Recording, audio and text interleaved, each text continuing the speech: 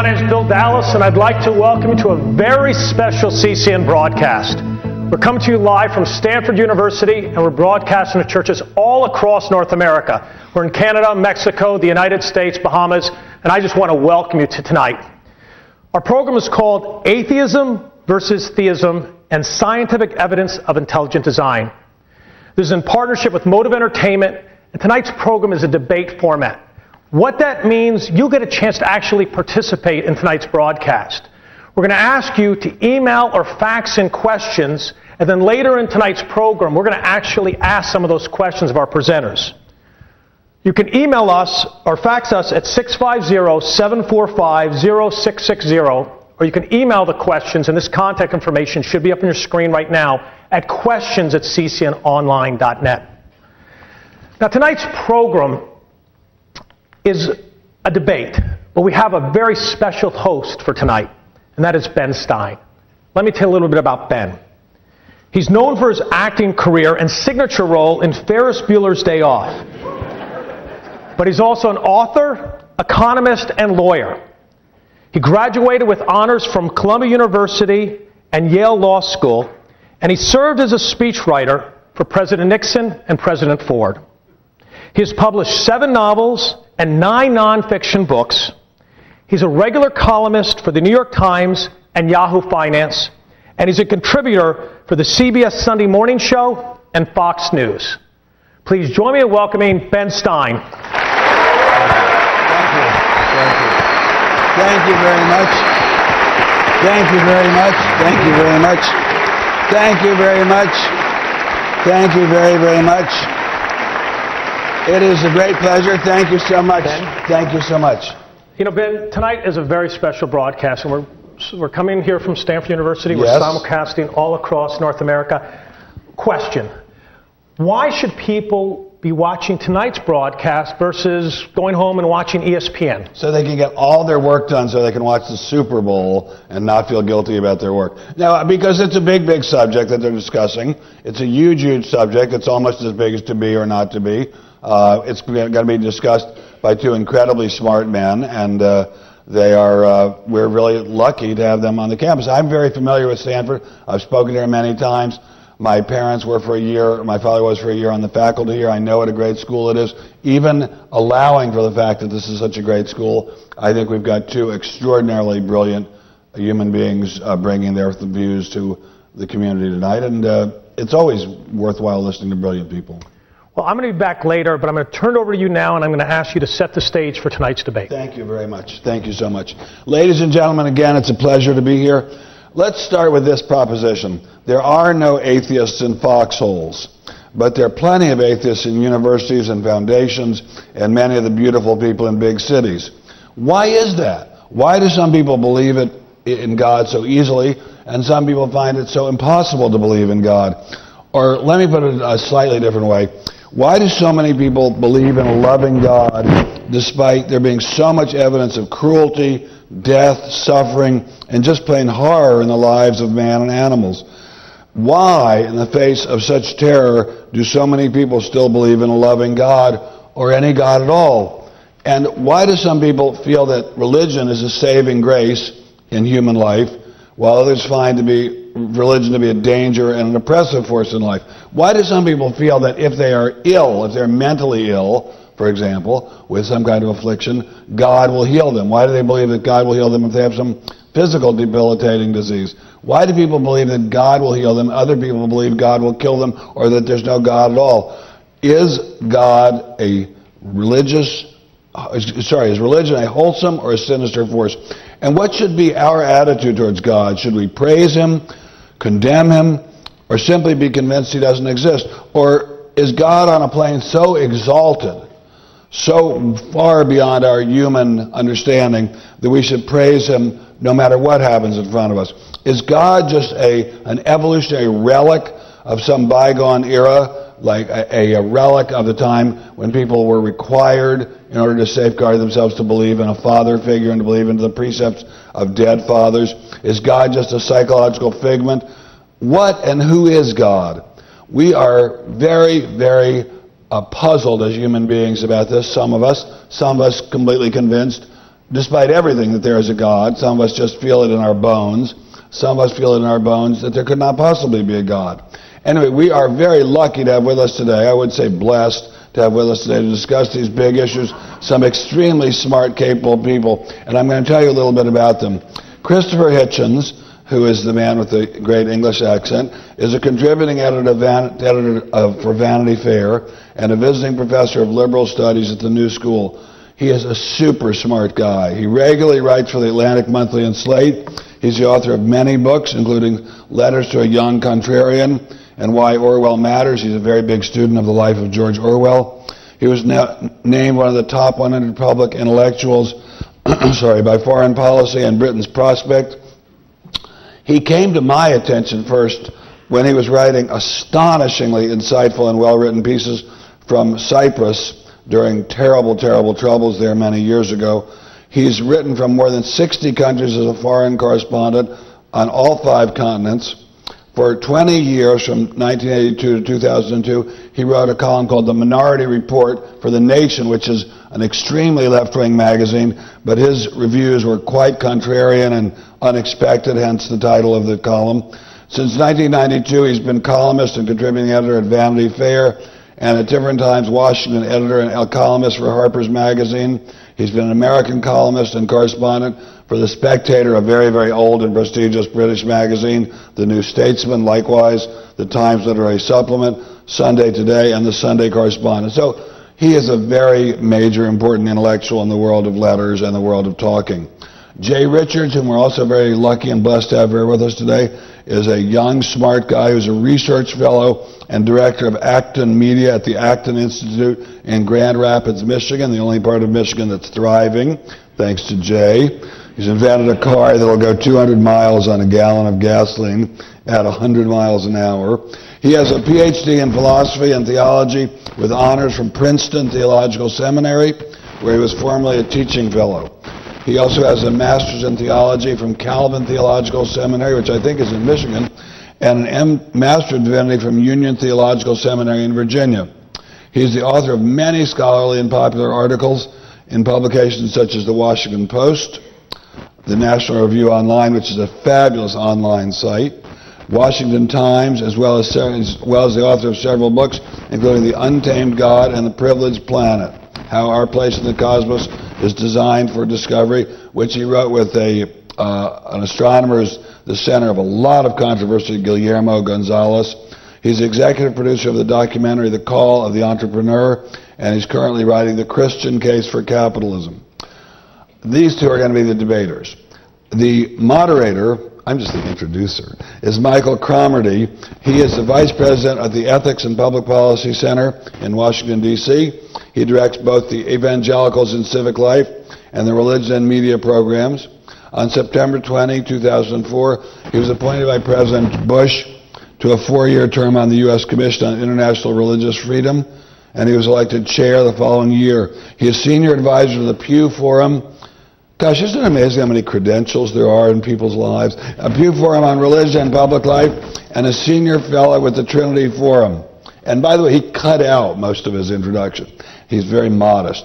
He's the co-editor of 14 books on religion and politics, and he's going to be your gifted moderator. May we have these charming people come out, please.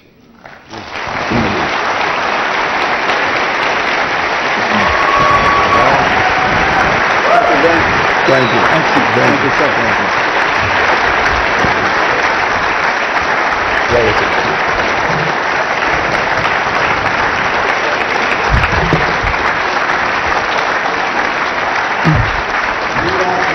Are you going to explain the format? Thank you, Ben. Ladies and gentlemen, let me just quickly tell you what our format will be. This is how we will proceed. Each of the speakers will have 14 minutes to make their opening remarks. They will then each have 4 minutes to respond to each other's opening remarks. They then will respond to questions that you've already written down on 3x5 cards, and also questions that Ben Stein and I have for them. I am going to be something of the timekeeper. I will be ruthless at times if they go over time. So I warn you, gentlemen. We will give you a certain amount of time, but we also want to make sure we follow our schedule. Mr. Hitchens, you're up first. Thank you for coming. Nice of you to have me, and nice of you, ladies and gentlemen, to come, and nice for Californians to lay on a day that reminds me of my English boyhood, and nice too to be in the town, the research institute of which not long ago certified Uri Geller as a authorized practitioner of the paranormal. For all the reputation of Stanford for scientific scrupulousness, there's always a little black hole through which things can, and often I've noticed do, creep. Thank you, Michael. Thank you, Ben. Incredibly generous and undeserved, if rather terse and ungenerous introduction. I remember thinking, I should say this by way of reply, that when we first met on the set of what was then the primitive version of Politically Incorrect, imagine what the primitive version looked like, ladies and gentlemen. I remember thinking, he's a nice guy, but he needs to live at least 2 more lifetimes just to live down his work for Richard Nixon. And,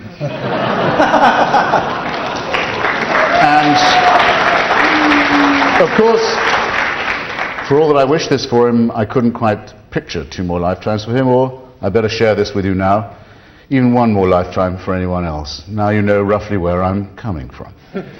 Now I've shared that with you. Now, to the purpose, I'm not at all in search of consensus today. In fact, very much to the contrary, and I can't imagine how I'm going to be able to use up 14 minutes in demolishing intelligent design, as I decline to call it, since it's a propaganda term for creationism. But I'll see if I can waste 14 minutes on it by saying that for consensus terms, we may begin by agreeing that we are in fact here present, that we are present here as actual rational, or at any rate partially rational primates, that we are on a real planet and we are in a verifiable solar system. Let's not congratulate ourselves too much on this, but it is an achievement of a kind, and it is something we have in common. We can also agree, I think, the chances of this coincidence, or I'd better say really contingency, are fairly remote. They have this, of course, in common with other much less rare contingencies. Any of us here today are much luckier in the aggregate than would have been any comparably randomly selected group of people born 500 years ago, whose life expectancy would have been perhaps 30, and whose infant mortality rate would have been something ghastly to behold. Or if we were born in today's Congo or Darfur. However, from the observation of exactly precisely the same facts, and the same phenomena, and the same processes, it's always been possible to draw 2 kinds of conclusion, and it always will be possible to draw 2 kinds of conclusion. The first is to say that no great decider exists. There isn't a decider who awarded me the right to live, while another baby 2 miles or 2,000 miles away barely lived long enough to cry before dying of diarrhea. I don't credit or blame God for these things occurring. That earthquakes and tycoons probably occur. That's what's called by some a Freudian slit. That earthquakes and hurricanes and typhoons and so forth occur not because of the will of divine punishment or divine judgment or divine verdict, but because we live on a climatically volatile planet with a cooling crust which has quite deep faults in some parts of it, including locally. That would be a better explanation, but it doesn't convince everybody. The laws of nature are never suspended. Albert Einstein said that's the only miraculous thing about them, that they never change, that they're completely regular. And they certainly are not suspended in response to prayer or in response to ritual sacrifices, and so forth. The positions I've just given you are my own positions, my own views. I didn't think them up all by myself, but I agree with them. Against it, you can always take the view that we are here as the result of a plan, that we are the object of a divine design, that somebody cares about us, and that this plan seems to imply an author or a designer. These same differences in approach have more recently begun to reflect themselves in the fields of biology and physics, but they are the same as they always were. Now, the supporters of creationism, and I recommend the reading of Judge John Jones's verdict. Google Judge John Jones and Dover, Pennsylvania, if you want to understand why I say creationism not intelligent design, his ruling in the Pennsylvania court case on this. The supporters of this creationist movement have to be able to do 4 things to you tonight. Watch and see if they can. They must show first that the cosmos itself can be interpreted in the light of a design, or fine-tuning, as it's sometimes called.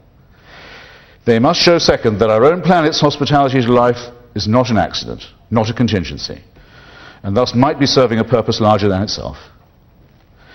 These 2 gigantic attainments, if available to them, would only get them as far as the implication of an author or a designer. That's what used to be called the deistic position.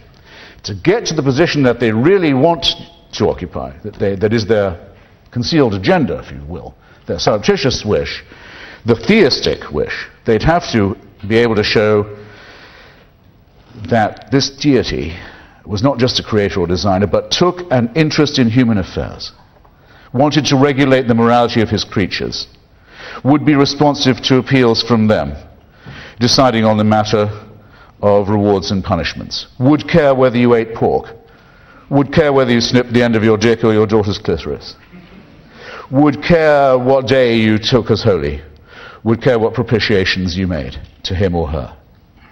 Now that is the end result, and don't lose sight of it. And the stages of initial proof, hard as they are the ones you have to watch out for in the meantime. Now, our vast new knowledge isn't all that decisive in resolving this ancient dispute, but it can be of help.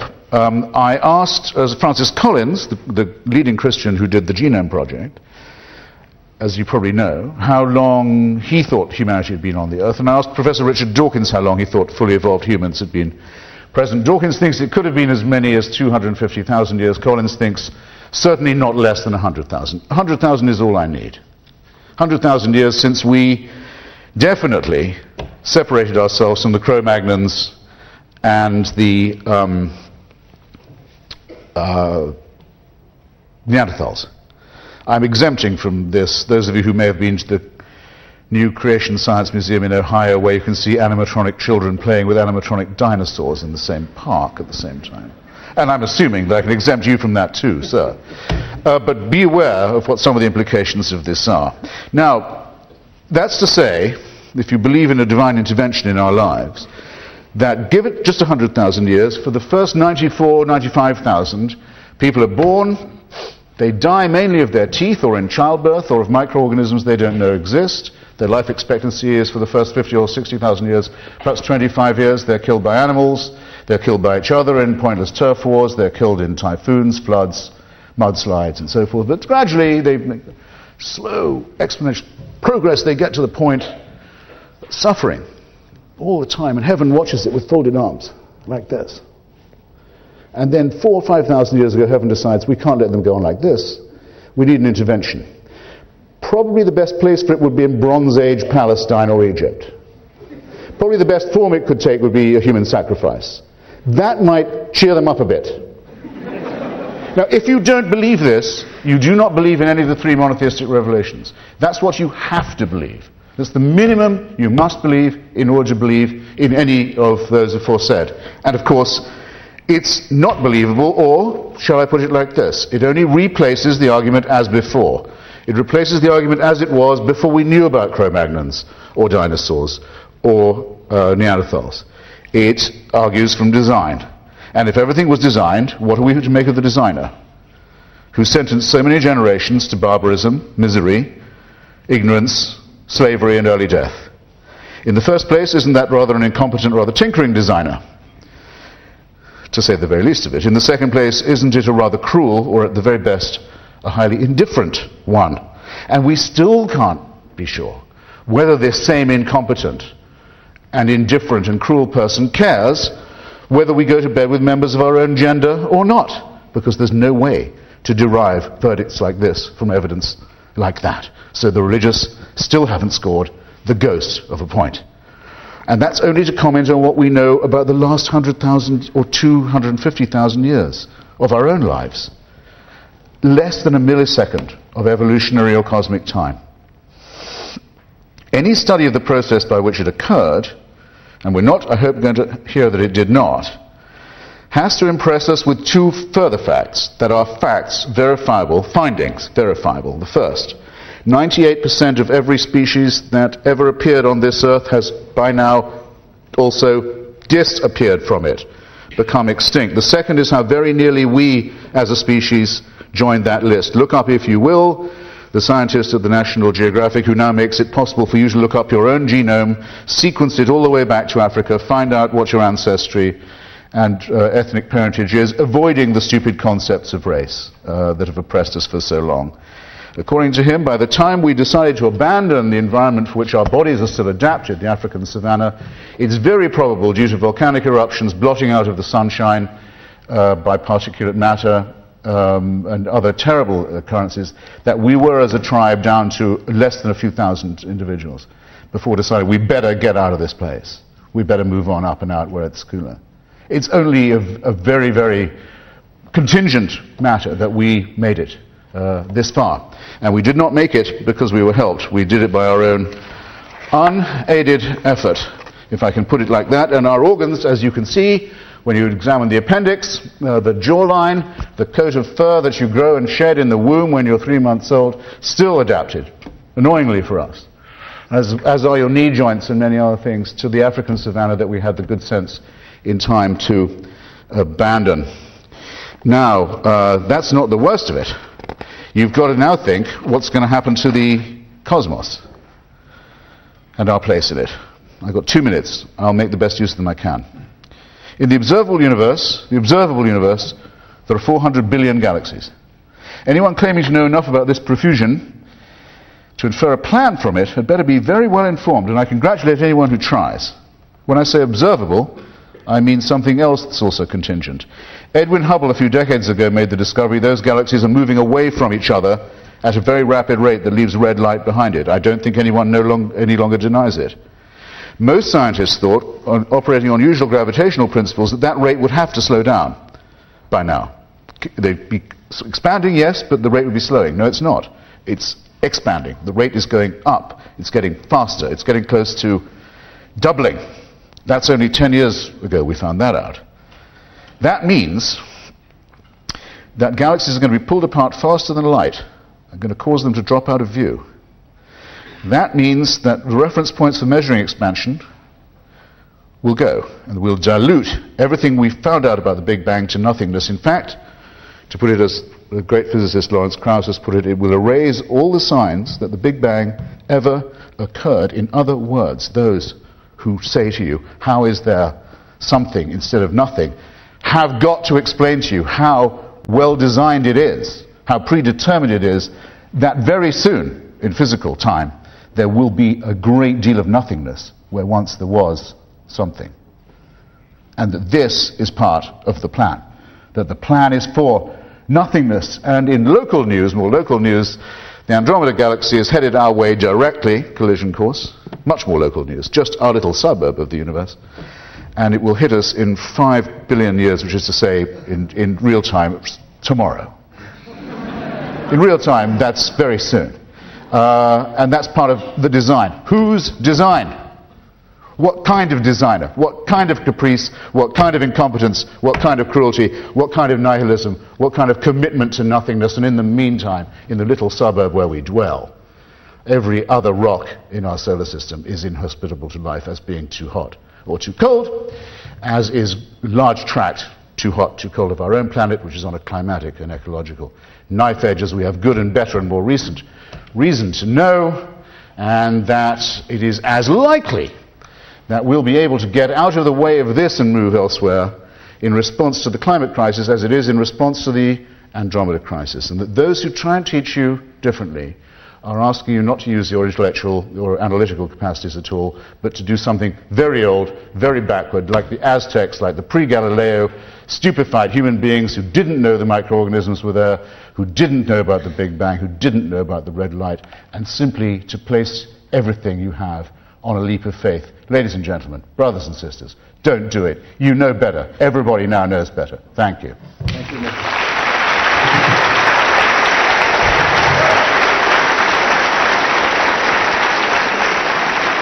Thank you. Thank you. Thank you, ladies and gentlemen.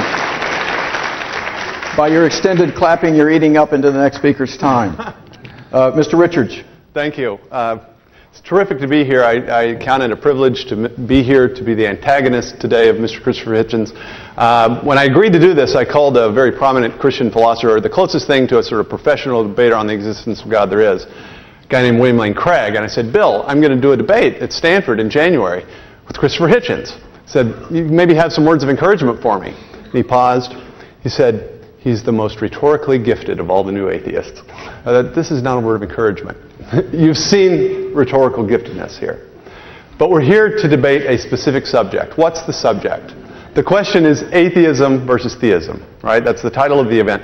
Atheism versus theism and the scientific evidence of intelligent design. Now, neither of us expects either a consensus, of course, on this question, but neither of us expects a knockdown, drag-out argument that establishes with mathematical certainty the answer to the question. What I want you to consider here for a few minutes, I've got 12 minutes. I want you to ask the question this way. Let's treat atheism and theism as competing hypotheses, competing attempts to explain the world around us. And consider the things that we know either with absolute certainty or that we know pretty darn certainly. All right? And say which of these things, which of these hypotheses best explains the facts that we take for granted. Atheism or theism. In which place, in which worldview are these things we believe to be true most at home? Now, I'm not a literary scholar or a theorist. I'm a lowly analytic philosopher. And so what I want to do is give you essentially a laundry list of facts that I think clearly are better at home in a theistic understanding of the universe than in an atheistic understanding of the universe. Some of these things are evidences for intelligent design. They're drawn from specific evidence and knowledge and discoveries we've made in the natural sciences in the 21st centuries. Others are things that we know simply from introspection.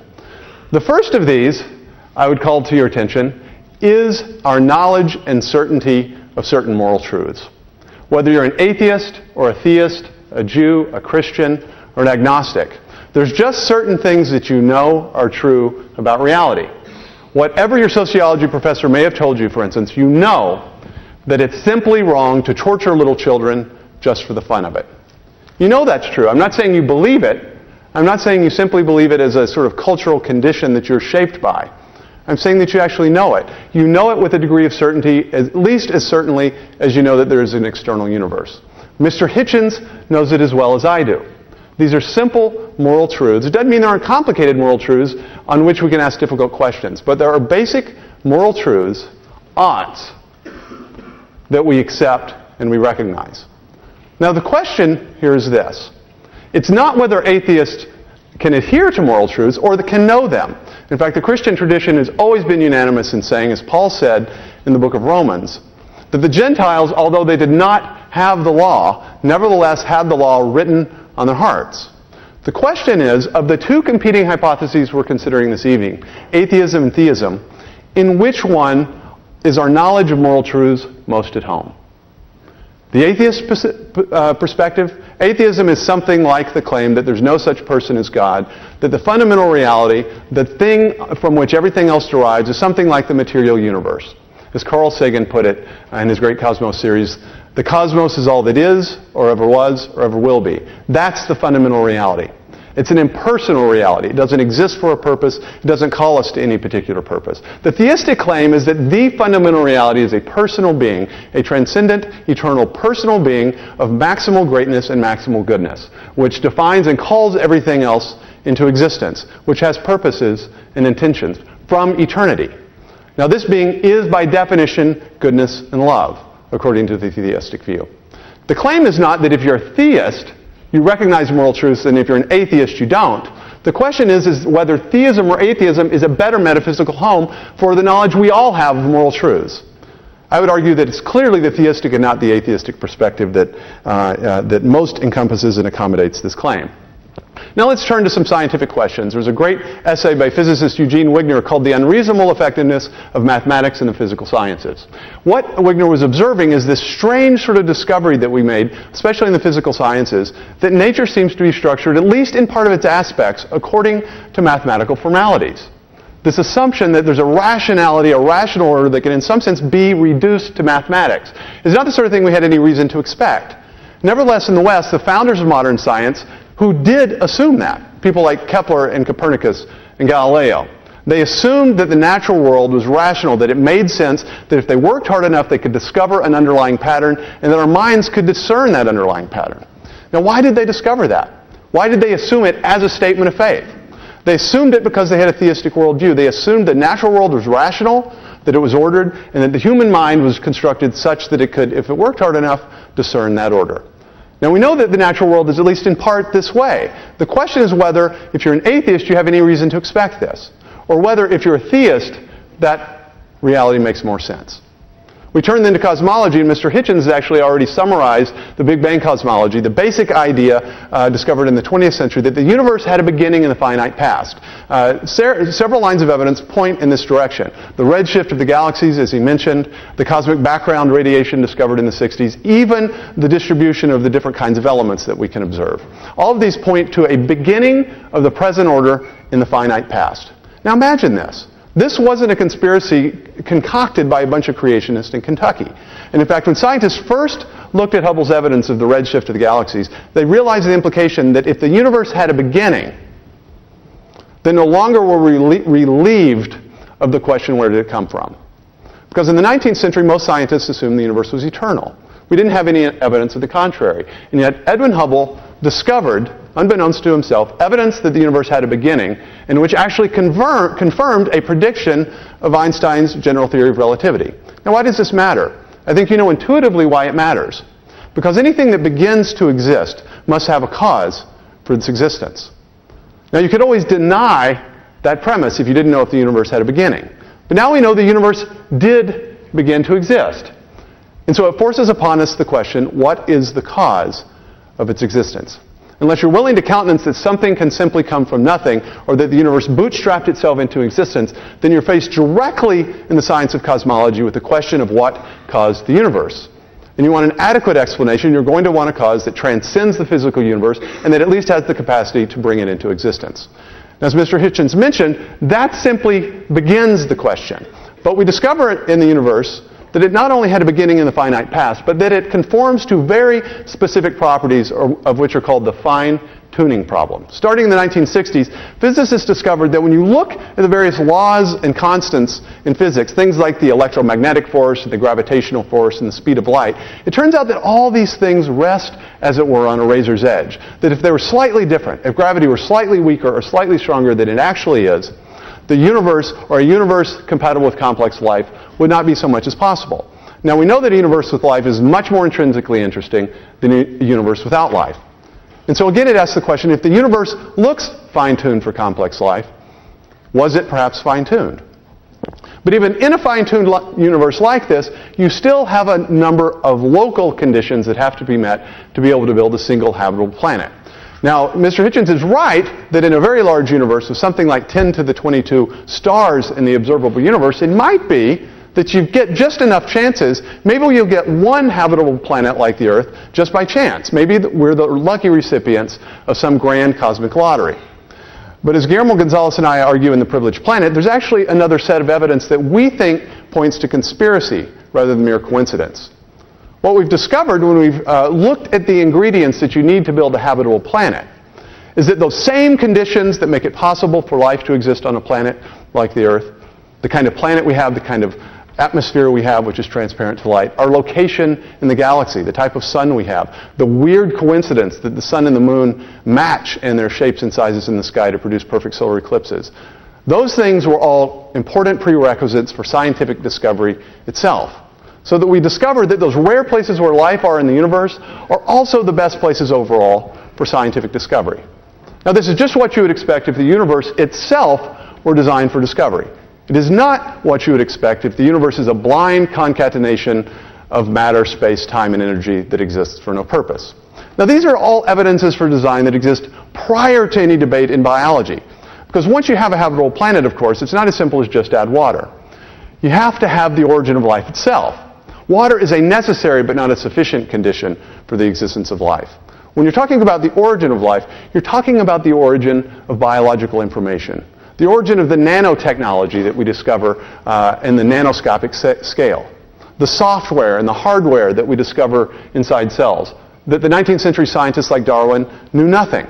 Darwin assumed that the cellular level, we had nothing but simple homogeneous globules of protoplasm. And yet we discovered in the mid-20th century exquisite nanotechnology that exceeds any technology that humans have yet devised. That's a question that at least suggests design for an answer. Now, I certainly can't establish it here this afternoon. Then we turn to the history of life. And there we enter the controversial question of Darwinism, which unfortunately in the United States we can barely discuss in university settings without coming to blows.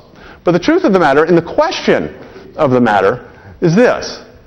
It's not whether Darwin's theory of evolution explains some things. In fact, the staunchest young Earth creationist openly admits and accepts that natural selection explains many things in the natural and the biological world. Natural selection clearly explains the survival of the fittest. It explains things like the variation in the thickness of beaks in the Galapagos Islands, for instance.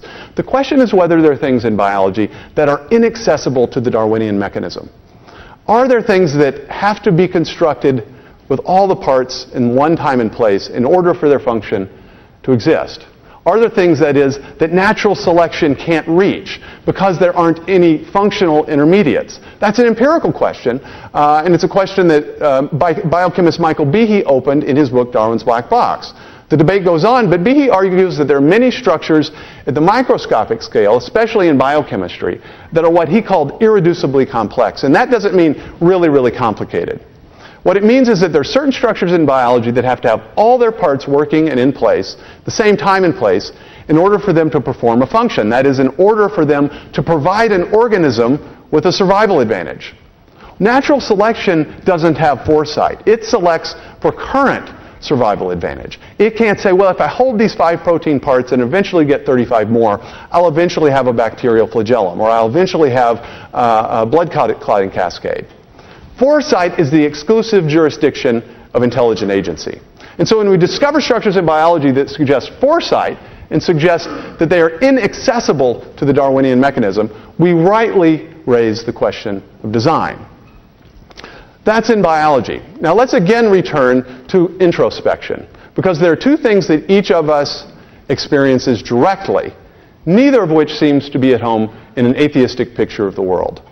The first is consciousness. We all experience directly the fact that we are conscious, subjective agents. We experience first-person reality. And yet, if you look at many consistent materialist and atheistic philosophers like Daniel Dennett, they admit that the existence of consciousness in a purely material universe is an incomprehensible mystery. So that Dennett and many other atheistic philosophers finally have concluded that consciousness is an illusion. Now, any worldview that implies or concludes that you don't exist is perhaps a worldview you have a reason to doubt. And then finally, our own direct experience of freedom. We all take freedom for granted. We know what it feels like to act freely, to choose one thing rather than the other. We recognize when we're being coerced. We know when we're committed to an ideal and are able to pursue it against adversity. We experience freedom directly. And yet that freedom, which we know directly, makes very little sense in a materialistic and an atheistic universe. But if we are creatures, agents created ultimately by a supreme agent, then at least we have a metaphysical home for the direct experience of freedom that we have. So I conclude with that by saying, quite to the contrary in Mr. Hitchens' argument, there has never been a time in the history of the human race in which it's better to be a theist. Thank you.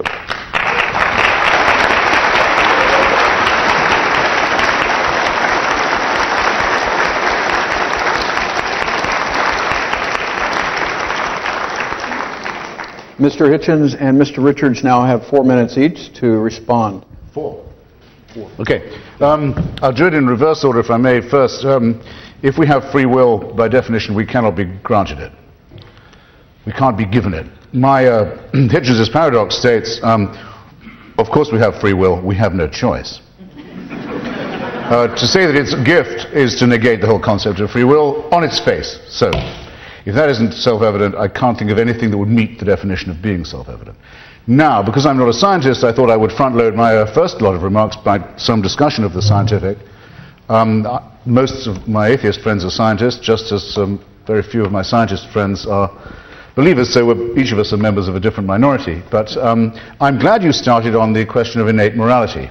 and that you centered it, as people tend to do when they're looking for an example, on the question of children. Yes, it's true, first, that children have an innate understanding of what is right and what's wrong and don't need it inculcated, which means they don't need the Ten Commandments to come from Sinai, a place that's never been established to exist, or from any deity, no other deity having ever been shown to have had even approximate chance of existing either. It means it is innate. We wouldn't have survived this long as primates if we didn't have a sense of solidarity and obligation to one another. Why make so complex something that Occam's razor can clarify for you? Well, the answer to that is, in the religious mind, well, how would you know without divine permission? If there was no God, wouldn't it be true, as Dostoevsky's Smerdyakov says, that anything was permitted? That's the way the argument goes, is it not? Without this divine supervision, this celestial dictatorship, we might conclude that we'd do anything we liked. Well, if that's true, and I don't believe it is, because many people are perfectly capable of good behavior when no one's looking, and you can't prove to me that that's any less or more likely for an unbeliever than a believer, but put it the other way around. How likely is it that someone would do something really wicked because they did believe in God? Now, everyone here has instantly thought of an example, haven't they, of something absolutely foul that they wouldn't do, that they've recently heard of being done by someone who's a person of faith. As, for example, sending a child with Down syndrome in Iraq carrying a parcel into a polling station on the first day of the Iraqi elections, not knowing that it was a bomb. I wouldn't do that, and I don't believe in hell. They would do it because the kid is going to go to heaven. If it does this, it may not know it does. It's going Down syndrome. The genital mutilation community is entirely religious. The suicide bombing community is not exclusively, but almost wholly religious. I'm sorry to say that the child molestation community, those whose slogan is "No Child's Behind Left," are pretty determinedly theistic. Don't come to me with morality, please. It's an insult to me, and it's I think a great offense not just to this audience, but to the many, many victims of people who have suffered from this false antithesis. How can it be argued, I've got a minute I think now, how can it be argued that something that's on a knife edge for life, could go either way, that keeping us on the knife edge proves there must be a designer at work? Why would a designer keep us on a knife edge where at any moment our planet might tip to be where the other planets he made were, dead, lifeless, where nothing happens? The knife edge proves a designer? It proves nothing of the kind. And if it wasn't life, it would be death that they'd use for their argument from design. Professor Francis Collins, the man who helped us sequence the Human Genome Project, says that he went for a hike one day in the wilderness. We've all been impressed by nature in our day, as we have by music and by sex and by love and by many other things, to feel that there's a transcendent. But Professor Collins goes and he sees a frozen glacier with the 3 streams of river frozen in a trinity. Nothing can live up there. It's a lifeless thing. And it happens to be a metaphor for Christianity. He falls to his knees and accepts Jesus as he sees this, and he expects us to think that that's an argument and that that's evidence. Well, as I say, scientists or people who claim to be interested in science can believe weird and foolish things. Just be aware that that's the deal you're being offered today. Thanks. Thank you, Christopher. J. Richards.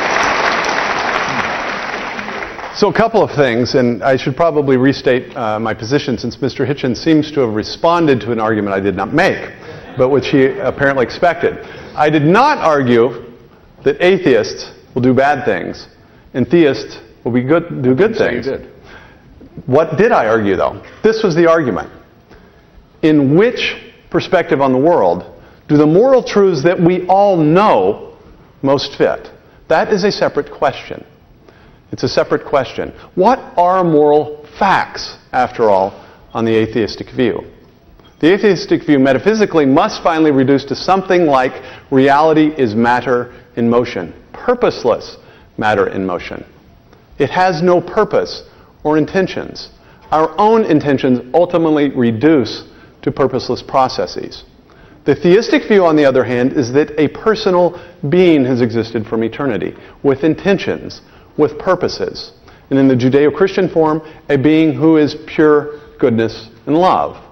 It's a separate question whether people who believe in God or some version of God or some perspective of God have acted in accordance with the moral laws, the fundamental truths we all know to be true. That's a different question. We're asking for where the evidence points in terms of two competing hypotheses, atheism versus theism. I am pointing out that all of us, those on the stage, and each of you, if you're properly functioning, know moral truths. And I'm asking, is it the theistic view of the world or the atheistic view of the world that makes the most sense of those truths and that accommodates them the best? That's a separate question. And I think there's also a basic confusion when we're talking about design. When we're arguing for design, there's basically two claims. One is simply that intelligent agents from time to time leave markers behind of their activities. Now we all know this. Mount Rushmore is an empirical marker. That is, it's a marker that we can observe and tell an intelligent agent left that. We recognize that Mount Rushmore is different from the various other rocks and hills in the Black Hills of North Dakota. So we know intelligent activity is detectable. But intelligent design makes a second claim, that those detectable marks of intelligent activity are present in the natural world as well, in the part of the world that we study in cosmology, in astronomy, in biology. It's hard work, but it's an empirical question. And a sneer is not an argument. And guilt by association is not evidence. The question is whether those empirical marks that we recognize every day in our everyday activity as human beings, if those markers of intelligence are available and apparent in nature or not. And it's a second question whether that design is good or evil. And I would be happy to address that question at a later time. But whether the design is apparent is a separate question apart from it. Thank you.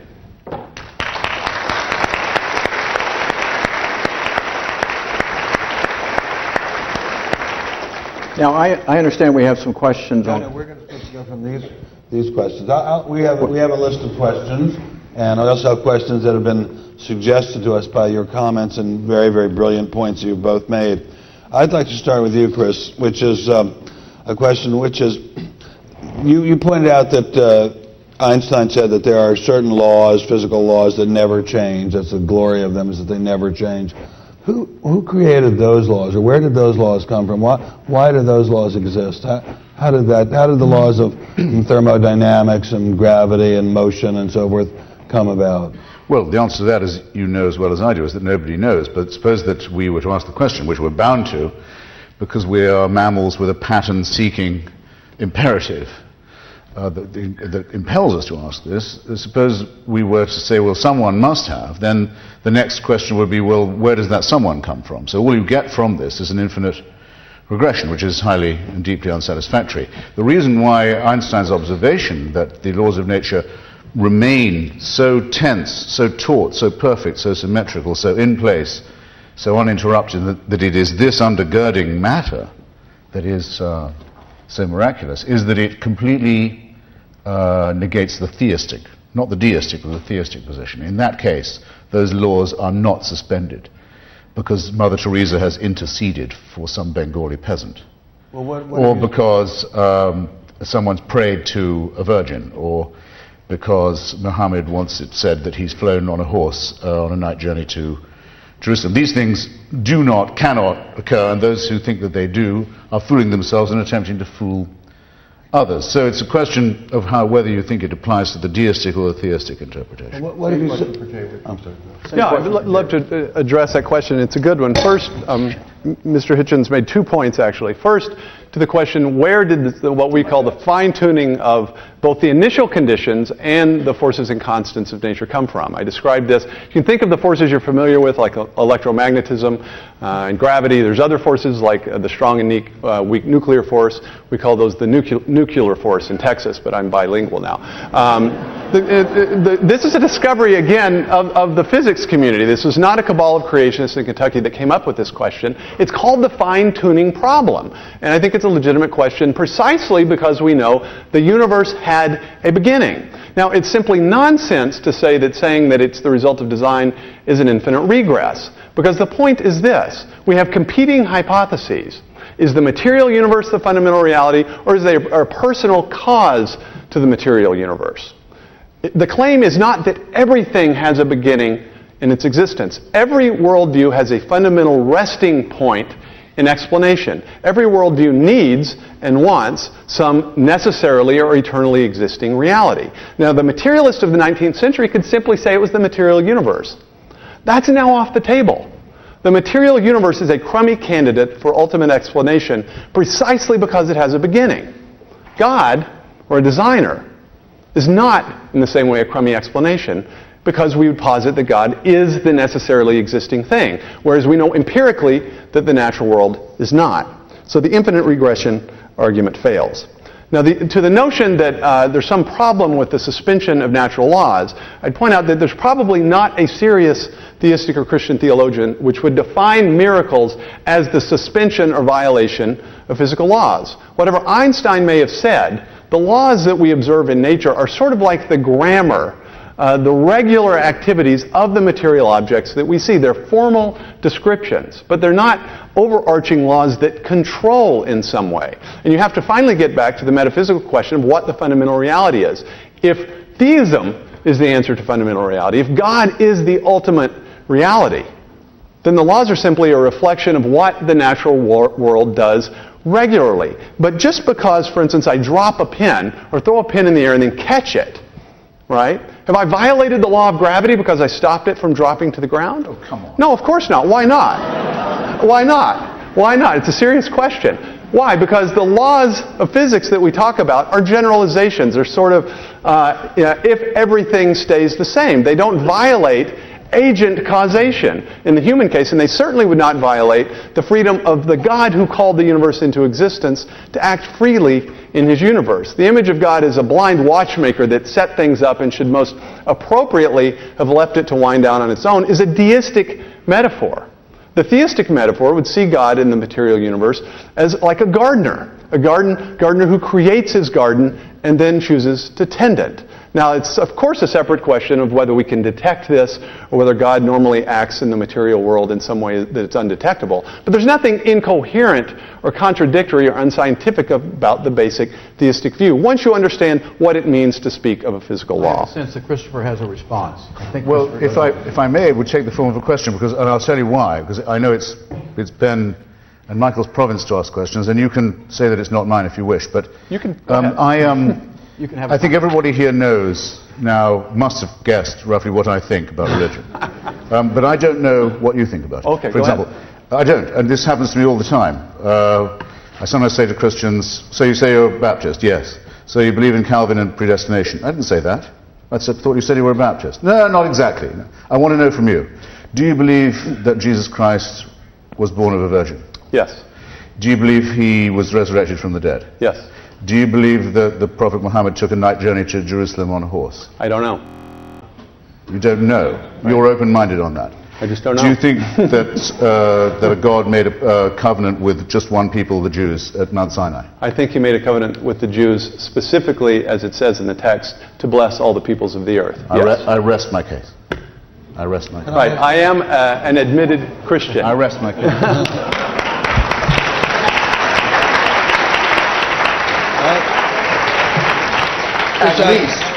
At least, ladies and gentlemen, this is much more honest than I generally get. Most people say, you ask a Catholic, do they believe in the virgin birth? They say, first they show they don't know the difference between the virgin birth and the Immaculate Conception. Second, they say you don't really have to. And so this is an honest guy who's just made it very plain to you. Science has nothing to do with his beliefs whatever. Okay, can I? Nothing at all. That's to his credit. He hasn't done that at all, but to be honest, that's okay. Chris, why are some... Christopher, please, I promised my mother. Okay. Also, it's my name. If it's so incredibly clear to you that the religion is a hoax and a fraud, why are so many people in America deeply religious? Are they just stupider than you?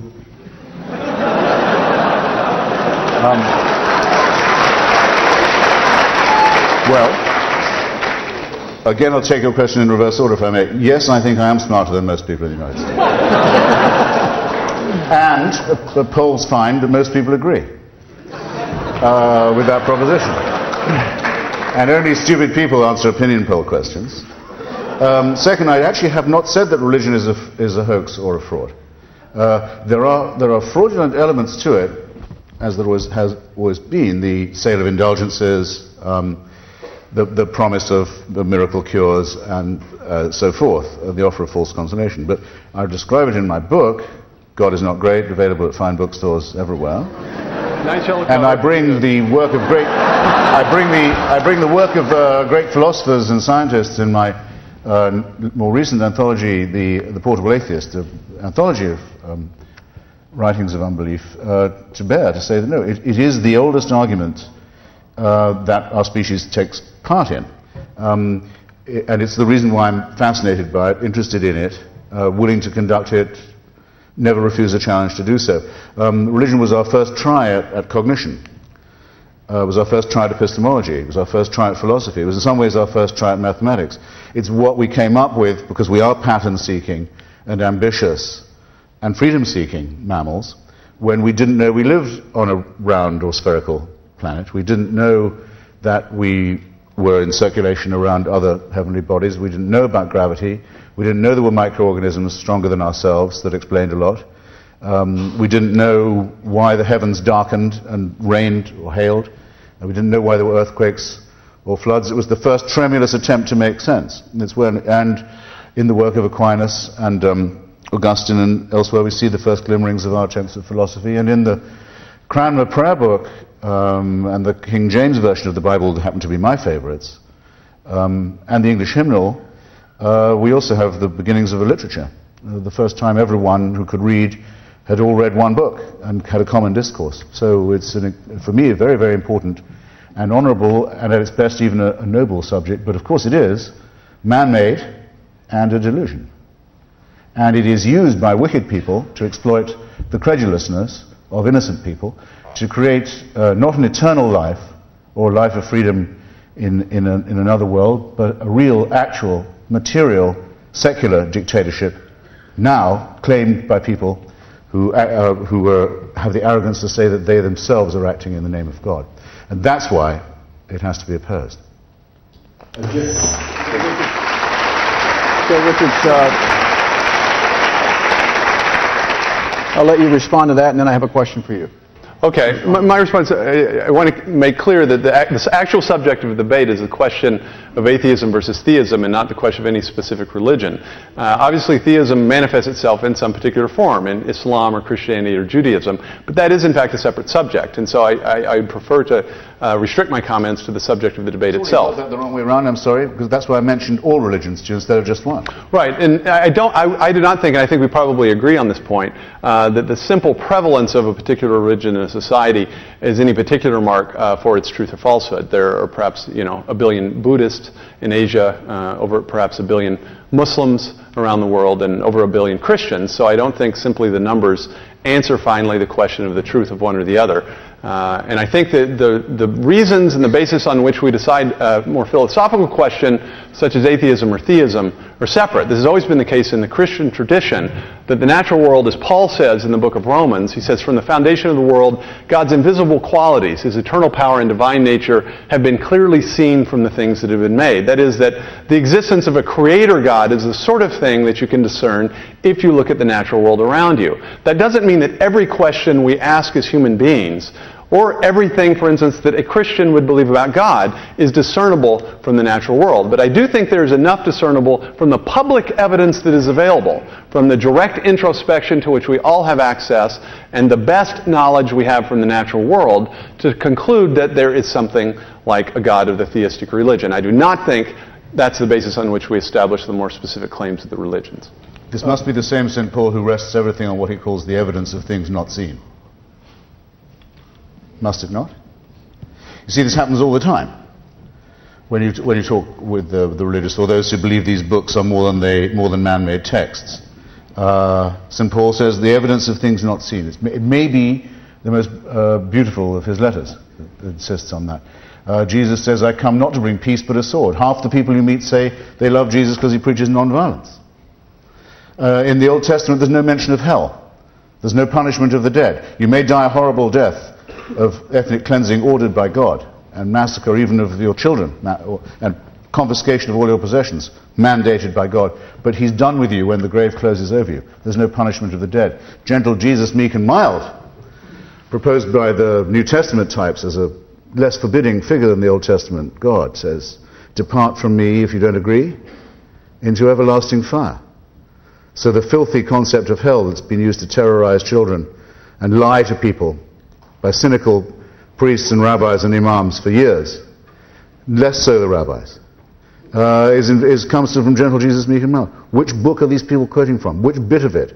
Why do they think it isn't man-made when it so self-evidently is? We don't have any supernatural authority, ladies and gentlemen, in literary criticism. We're left alone with our day, and the time is short, and history to the defeated may say alas, but cannot help or pardon. And the reference upward to the supernatural authority is an abdication of our most precious faculty, our own responsibility. And we cannot abdicate that, and religion asks us to do so. Chris, with all due,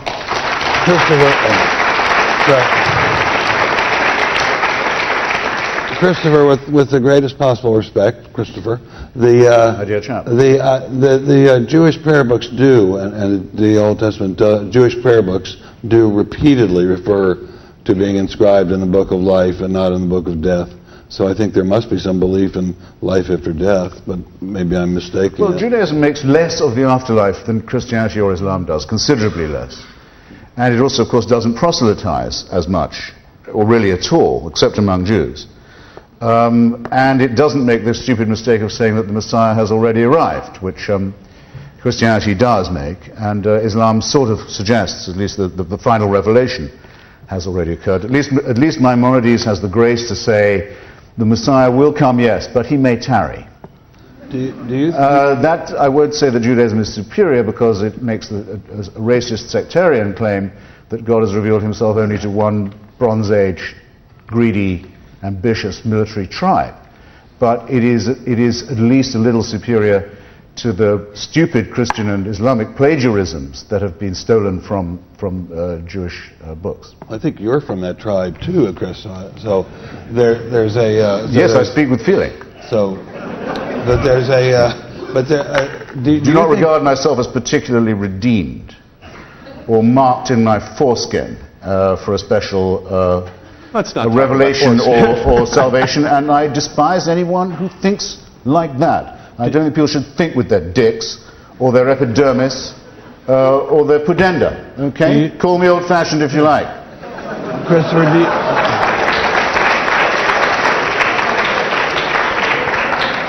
Christopher, do you think that there are tens of thousands, if not, I don't know the exact number, but hundreds of thousands of men and women who work in faith in this country? Do you think they're all charlatans and frauds? No, I don't. I mean, I've met many people who are more, I would consider morally superior to myself, not just in this country, but in other countries too, who it's quite clear to me are doing what they do for their faith, which often is, for example, Mormonism, which I consider to be a racket, or Pentecostalism, which I consider to be a delusion, but they're doing it for that reason. However, all over the world and in the United States, I've met people who try and help others for its own sake, not to proselytize for their church, not to proselytize for their faith, not to argue that there are invisible means of support or later means of redemption, but because they are humanists and humanitarians. And I think it's to them that the credit should go. I have to say I suspect those who go as Mormons to work in Bolivia to try and convince ignorant, innocent, needy, desperate people by handouts that Joseph Smith dug up gold plates written by God in upstate New York. I think that's a terrible way to be living your life. Mormonism is not our topic tonight, but we've discussed several subjects that are not our topic. Faith is, though, and if faith is good, that's as good as anyone else's. Well, let me just say and as a motive for charitable work, which was the question Comrade Stein asked me, as a motive for charitable missionary work, it's a notoriously very strong one, is it not? Mormons have to spend a lot of time as missionaries working for others to convince them that an absolute crackpot fantasy is a gift from God. Let me bring it back to religion and science, if I could, for a moment. This question for both of you, and I'll begin with J. Richard. So the late crackpot racist fantasy, by the way, since until 1979, no You're black... filibustering here. No black... Since I was asked, crackpot racist transfer, since till 1979, no black person was admitted by the Mormon Church to have a soul. Ladies and gentlemen, I invite you back So next time for our discussion about Mormonism and its history. But right now, what I'd like to do is bring it back to religion and science, and I'd like to ask Mr. Richards, and I'd like for Christopher to comment. The late Stephen Jay Gould, a man that Christopher greatly admires, and many of us do, noted that surveys show that almost half of all scientists are religious. So he commented, either half of all my colleagues are enormously stupid, or else the science of Darwinism is fully compatible with conventional religious beliefs and equally compatible with atheism. What is your reaction to that, Mr. Richards, to Gould's observation about science? Well, I think it's true, and it has been for about 80 years, that if you poll general natural scientists, it's between 40 and 50%. Strangely, the physical sciences and mathematics seem to be a little over 50%. Sociology is down in about 20%. I don't know the significance of that. But that's sort of the spread, and it's been about 50-50 for about 80 years. So I think it's a contradiction, at least, of the certainty of the secularization thesis, which is that the more intelligent people get, the more secular and less religious they get. I do, however, disagree with Gould about Darwinism. I don't think that Darwin's theory of evolution is logically incompatible with theism. It's possible that God created a world in which he set things up in such a way that organisms have a certain type of adaptability that's sort of open source, so that they derive most of their adaptive complexity through a process from the environment. That's sort of the picture that Darwinism would paint. So I don't think Darwinism per se, because it really is simply a description of the complexification of life after you get the origin of life, is fundamentally or sort of logically incompatible with theism. So I think it's really an empirical question of whether organisms are actually built that way, what the explanatory power of Darwinism is, and so forth. Nevertheless, I tend to agree more with Richard Dawkins, who said that Darwin made it possible to be an intellectually fulfilled atheist. He didn't say it proved that God didn't exist or something that strongly. His point was that there are many things in biology that look very strongly to most people, at least intuitively, like they're designed. And Dawkins and many people took the Darwinian revolution to sort of finally establish and vanquish this last area of the natural world from this design intuition. The reality is, though, is that the evidence waxes and wanes. I think there was a time in the 19th century when the case against design was stronger than it was now.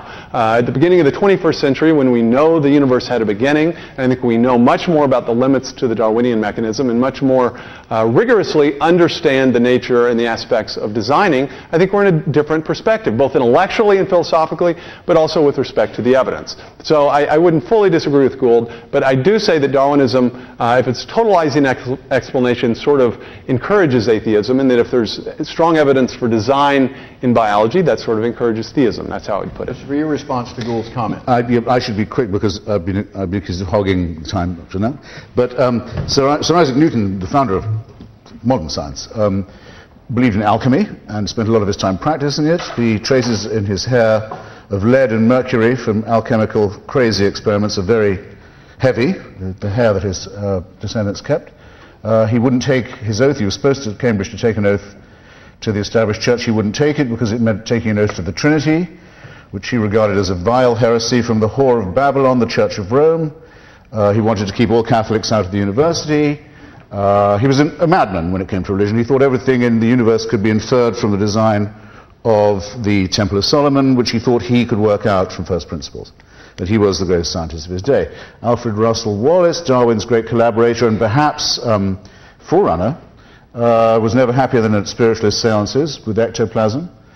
Joseph Priestley, who we think effectively discovered oxygen, believed in the phlogiston theory. Francis Crick, who discovered with James Watson the double helix, thought, as Newton did, that human life probably came to Earth as the sort of semen on the end of the comet's tail, or the meteor's tail. We were seeded from the... his colleague James Watson has recently proved himself to be a pseudo-scientific racist. Pretty shabby record.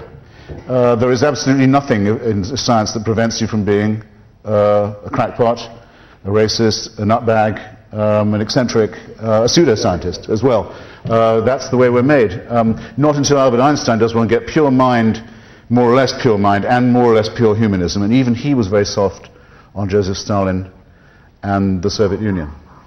Okay, we're getting a lot of good questions from around the country, and so we're going to go to those questions, and also from the audience. And I think, Ben, you have those questions. I have quite a few questions here. I'll ask you this first, Jay. May I call you Jay? Yes, please. What is the purpose of life, and what are we living for?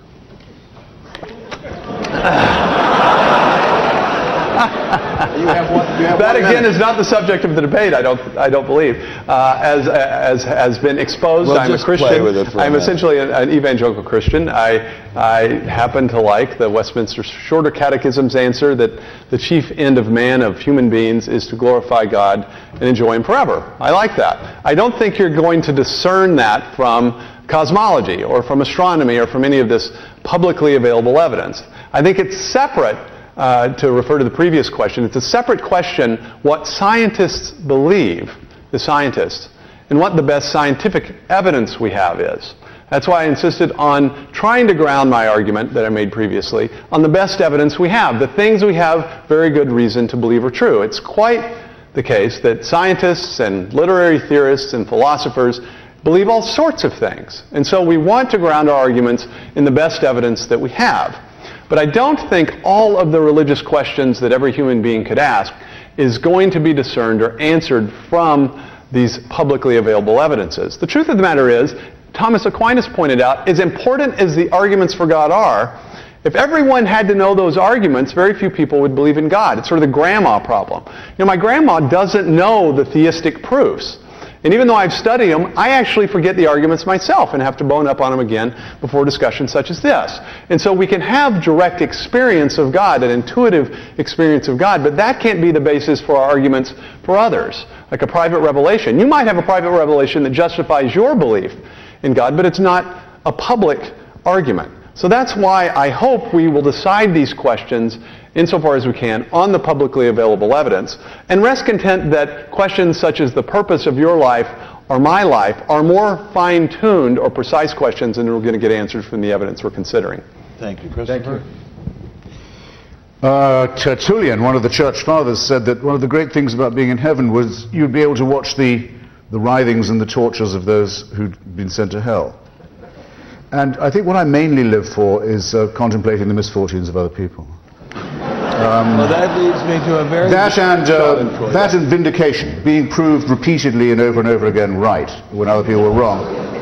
That does a lot for me. But raising the sights just a fraction, I'd say that to me that what matters most is the pursuit of happiness, in the words of our greatest founding father, and the pursuit of liberty, freedom. And that these things are incompatible, completely incompatible with the worship of an unalterable celestial dictator. Someone who can watch you while you sleep and convict you of thought crime, and whose rule cannot be challenged, and who's the big brother whose eternal reign may not be disputed. That makes the concept of the pursuit of freedom and happiness completely negative, negates it. So one of the things I live for is to return a stout and joyful non-serviam to this dictator, who I'm pleased to find doesn't really exist, but is instead a creation of those who want to install a theocracy in the real life where I can participate, and I'm not going to give them an inch. The second thing I live for is, if not exactly passing on my genes, taking part in activities that might allow those genes to be passed on.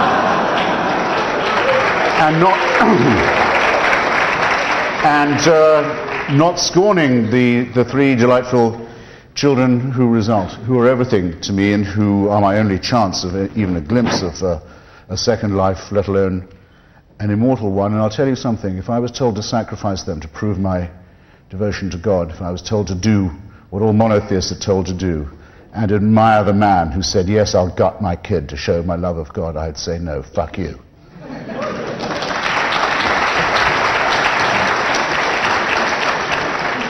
Thank you, and so should you, and the religions that say you should admire infanticide as proof of the love of God have no claim at all to be preaching ethics, let alone morality. So then are you opposed to abortion? Christopher, oh, please. Christopher, so does that mean that are you involved in the pro-life movement in that case?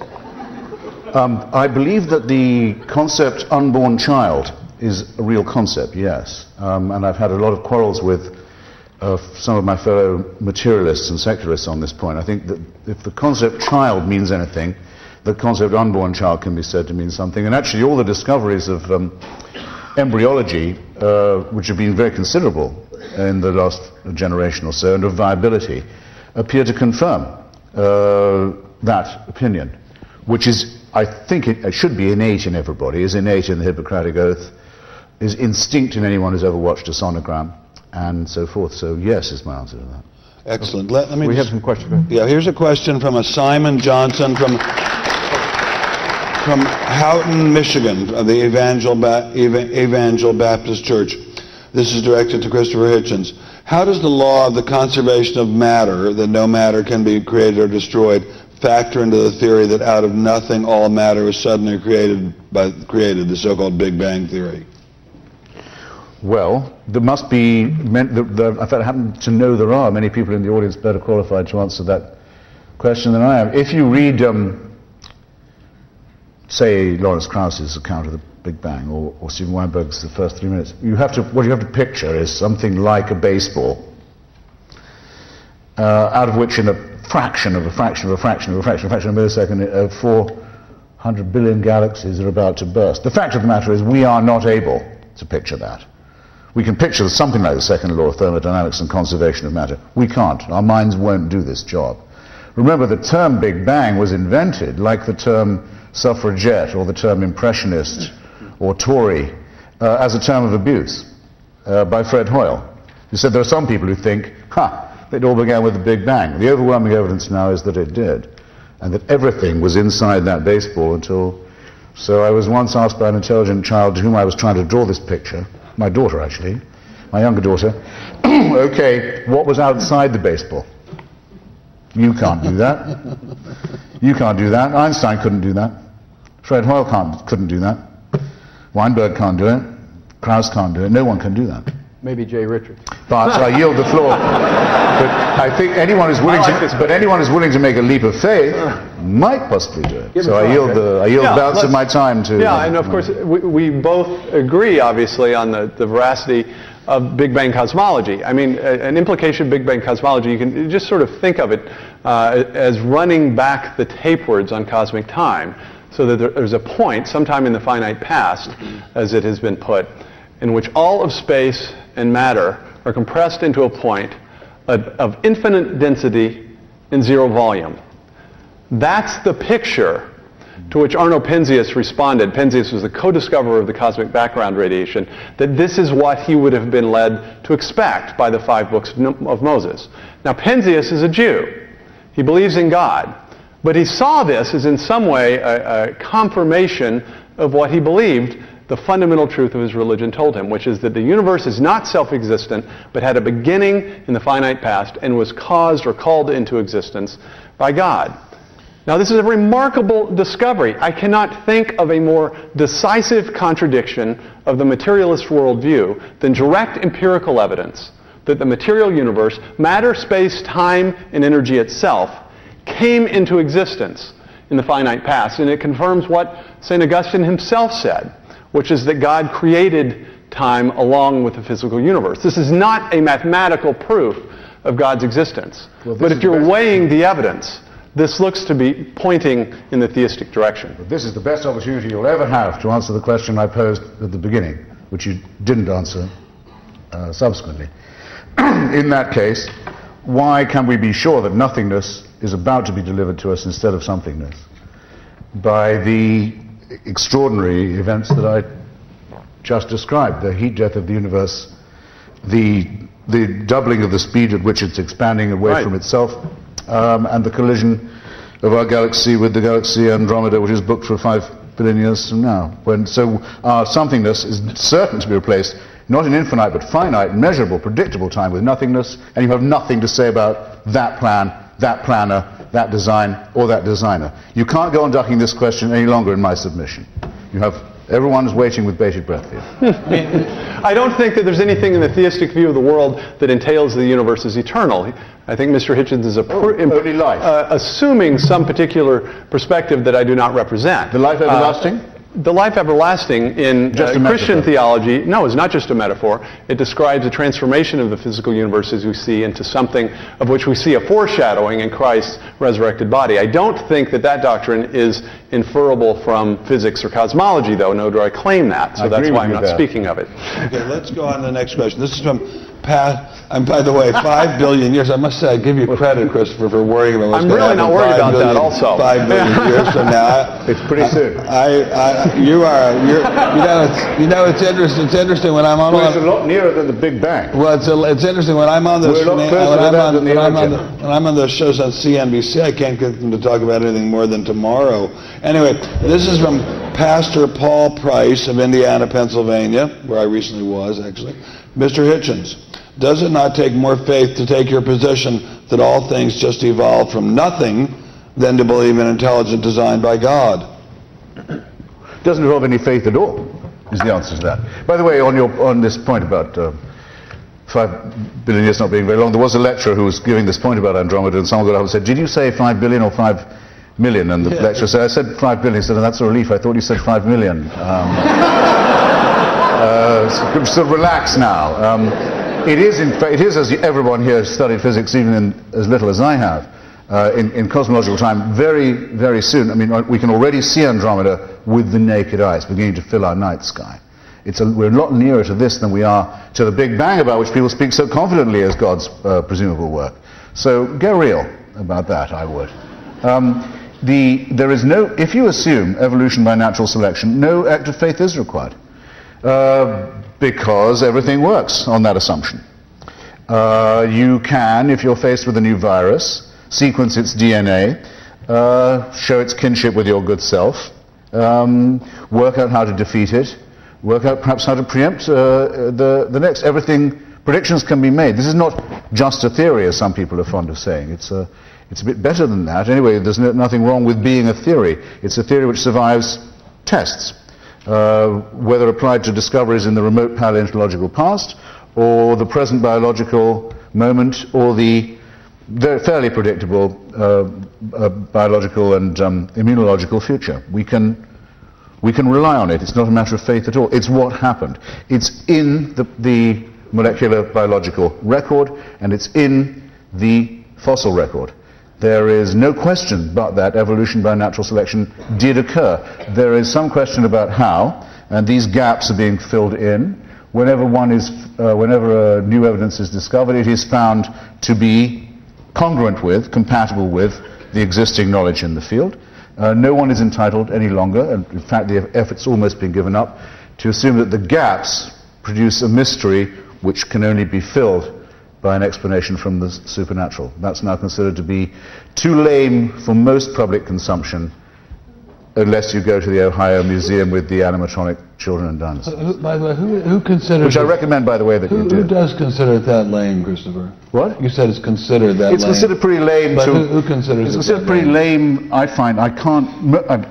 our comrade of this evening, for example, hasn't taken the opportunity to plead that case. I find it's increasingly rare among creationists to find that those who subscribe to it will argue the God of the gaps as confidently as they once used to. But it hasn't happened tonight. But you said it's considered. I mean, well, I'm saying that, I'll rephrase it if you like. It appears to be uttered with considerably less confidence and frequency than it did. I notice the Reverend Cromartie is even nodding there. Change. Jay? Yes, I hope someone is taking count of the subjects that are being discussed and the number of insults that are being hurled from one or the other podium tonight. But I fully agree. I don't think the arguments... I don't think the argument before us tonight about theism or atheism ought to be based on the things that we don't know. I think it ought to be based on the things we do know. And I think we do know with a fair degree of certainty that the universe is not eternal, but it came into existence in the finite past, so that it forces upon us a fundamental question that deals with one of the first principles of logic. The universe had a beginning. We know something doesn't come from nothing. Everything that has a beginning has a cause for its existence. The universe had a beginning, so it must have had a cause for its existence. It can't have caused itself to come into existence. This is a strongly theistic piece of evidence drawn from the best science of the day. And we seem to be talking about Mormonism, we seem to be talking about the various crimes of various religions, but we seem not to be talking about the public evidence on which I think the case for theism needs to be made in the 21st century. And so I hope you're taking account of that. I hope you remember the basis on which the evidence is being made. Wait a second. Wait. It's not. Right. I can have to write down the questions if you want them answered. Right. I can say we discussed the infinite regress question earlier. The claim is not, again, that everything has a cause for its existence. If the universe were eternal, if we had some reason to think the universe is eternal, then the universe itself wouldn't require the question. But we have empirical reason to think the universe began to exist. Every view of the universe, of reality, is going to have a fundamental resting point of explanation. So the question is, what's the fundamental reality that has always existed? We know the universe is now a crummy candidate for that explanation because it began to exist. God did not begin to exist, nor do we have any reason to think so. So in the competition between the two hypotheses, we know the universe began to exist. That's why I think in that particular piece of evidence, theism wins the day over materialism. Here's it's not even casuistry. You just said something can't come into existence uncaused unless it's God. No. God did not come into existence. God did not come into existence.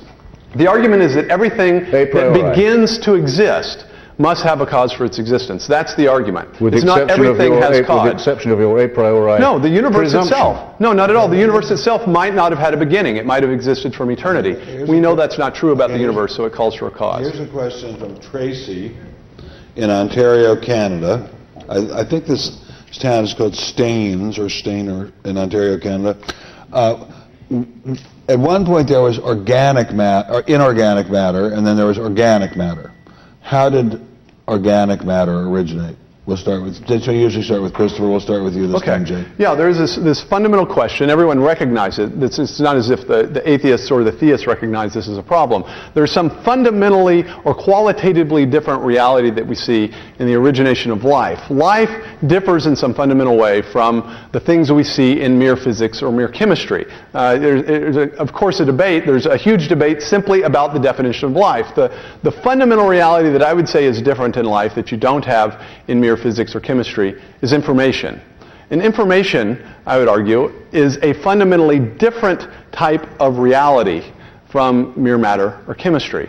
You think of it this way. Think of text that's written on a page, right? Physics and chemistry can explain the properties of the ink, the properties of the paper, can describe why the ink is a good medium for holding some kind of information.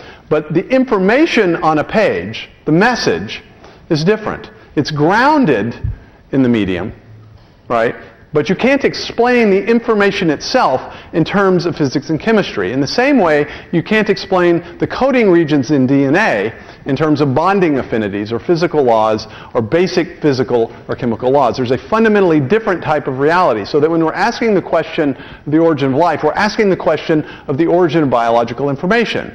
This is very important because information theorists such as Henry Quasler point out that we habitually and quite rightly associate the origin of information with the activity of intelligent agency. So that when we find an origination of information someplace where it was not before, I think it calls for or suggests intelligent agency. Again, not a proof of the existence of God. This is evidence for design that conduces toward theism, but I think it certainly points in that direction rather than atheism. Christopher? But the more we know, the more it replaces the question. I mean, there were forms of quasi-life, so pre-bacterial, pre-microbial, went off an extraordinarily long period of time. They don't appear to have been exactly conscious, but nor precisely inert either. Microscopically evolved into later forms. It goes on in this pointless, rather horrible, rather boring way for a very, very, very long time. The point is, what designer wants to make it come out like that? Meanwhile, as life gradually takes hold, 98% of its forms are obliterated without pity. If it wasn't for us knowing about them, they would never have existed. They only exist because we know about them. They didn't otherwise ever exist at all. And if we go, which we might, they won't have existed any more than we did. Now, who wants to make it come about like that? Take the project of eternal life, which I'm glad to find is nothing to do with any other concept of eternity that we could possibly give a name to. It's God's target, apparently, that we all attain this. Because I'm now talking to someone who has openly said that they are a believing Christian. Well, now, I've often wanted to know, if that's what he wants us to have, why do we have to go through this horrible interlude where the odds are stacked against us? What's the point of what used to be about 20 years of miserable life where it's almost impossible to avoid committing a mortal sin, to now, thanks to mainly to our efforts, okay, you've got 80 years where the odds are stacked against you. You're born sick, you're created ill in a hostile environment and commanded to be well. And if you can pass certain tests with the odds stacked against you, then you'll get eternal life. What is this? What designer does this kind of thing? Wants it, thinks it's fun to behave this way, thinks there's any justice or point in any of that? What is this really? But here's another insult for you. But the rantings of frightened children trying to make sense of things they don't understand, and terrified of a dictator who they're willing to appease and propitiate by everything from human sacrifice to the murder of their own children. This is not good for us morally. It's not good for us ethically. It makes no sense intellectually. It makes no sense scientifically either. Well, with all due respect, I don't think you answered the question. But what was the question again? No, Christopher, is it your belief that the scientists believe that organic matter has existed as long as inorganic matter? The devout lady who asked this question, or emailed this in, until recently didn't know that any of these phenomena had ever existed. If you told her 100 years ago that everything was specially created by God, she'd have believed that too, or that the fossils were put in the rocks by God to test our faith. She'd have believed that just as well. Now that she knows better, she says, all that proves is that God was more ingenious than we thought. Just as those who used to deny the Big Bang or the evidence of physics, now persuaded of it or unable to refute it, say, oh well, all it shows is the designer was cleverer than we thought. This is an argument that fails for a very famous reason. The reason put forward by Professor Karl Popper. It is unfalsifiable. And unfalsifiability, as every trained mind knows, is the test not of the strength of an argument, but of its weakness. This argument cannot be defeated. It cannot be overthrown. It reverse engineers every discovery we make and says, oh, that simply proves God is smarter than we ever thought. So these are the same people. Who are these people who would have said that the fossils were put in the rocks to test our faith? So then, Christopher, so your answer is... So I don't really accept the grammar of their questioning. So you're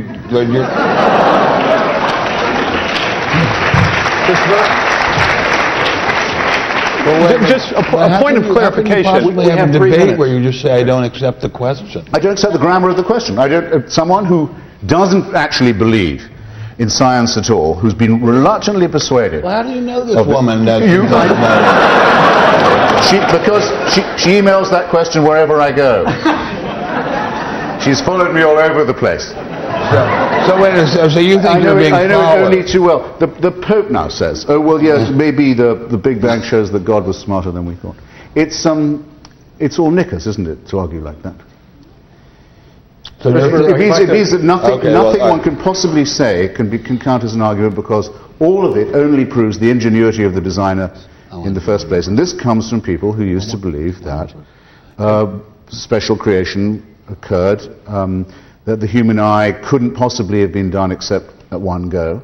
The only thing that can't have happened was the only thing they could be induced to believe. When they're told, actually, there are 40 different species of eye, separately evolved, and that the only way it can have come is by evolution, they say, oh, come to think of it, that shows how smart God is. This doesn't meet the definition of a good question or a good argument at all. It's not even good propaganda. So you're just grading the question as a failing question? Yeah, and that one doesn't pass. Okay. How about this one? We have 2 minutes. Have scientists ever observed a distinct species evolve as distinct from changes within a species?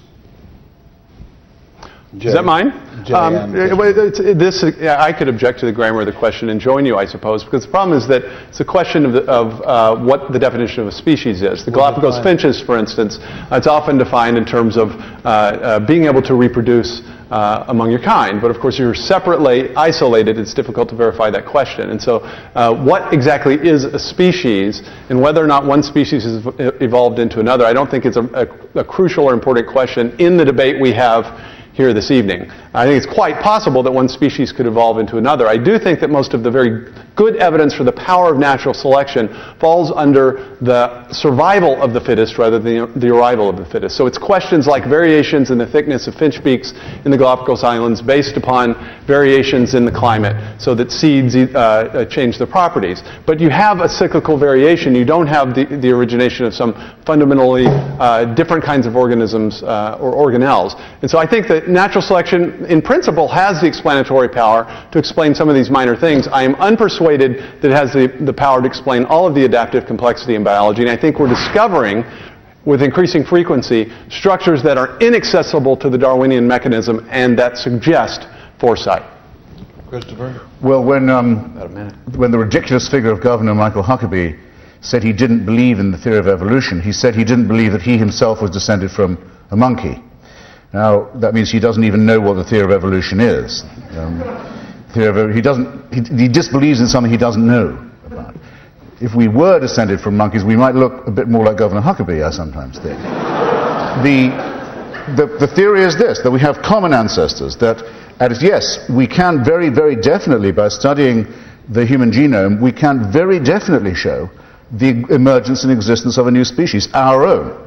No longer are there any Cro-Magnons or Neanderthals to rival us. Yes, it's very plain, written all over us, what Darwin calls the lowly stamp of our origin, that we and they have a common primate and mammalian ancestor, but we, Homo sapiens, are now a new species on the planet. That's indubitable, undeniable, sometimes, I think, rather unattractive, but it answers the question, the grammar of which was very well phrased. Then we have some closing comments. Thank you very much. Okay, so we can now say, I think, that we've heard two incredibly smart human beings, Cro-Magnons, discuss this, and I must say, Primates. I, for one, feel myself much better informed than I was an hour and a half ago. I'd like to thank you very much, Christopher. You're totally wrong about Nixon, and so is everyone else. Thank you, Jay. Thank you very, very much. You both did a beautiful job.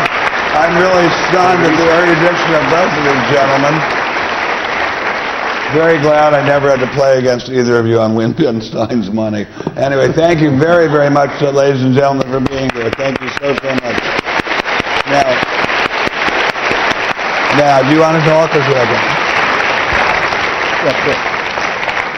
First of all, I want to thank everybody for participating in this. Christopher, Jay, Michael, and of course Ben for hosting this.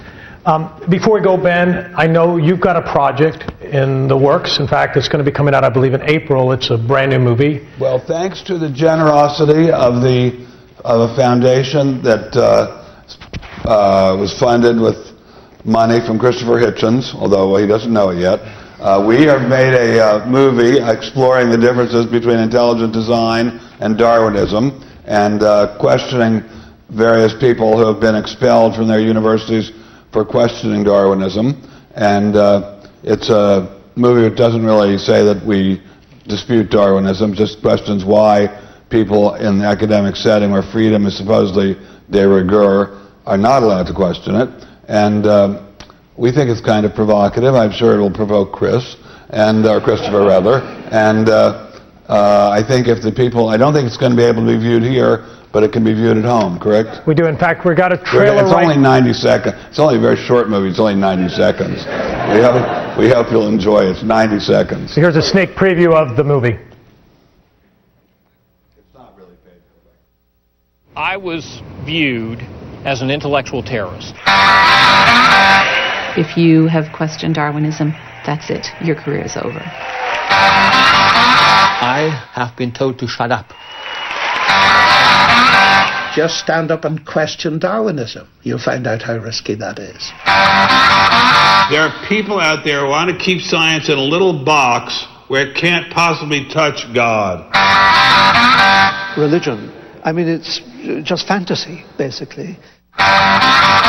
Scientists are not allowed to even think thoughts that involve an intelligent creator. We cannot accept to treat intelligent design as an alternative scientific theory. I'm frightened by this, but I'm not going to let it stop me from investigating, from speaking about it.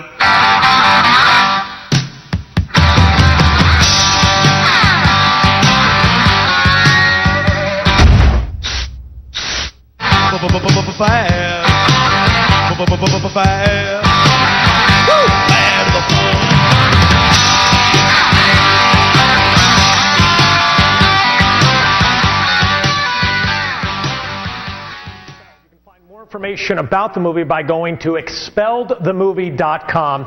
The movie comes out in April.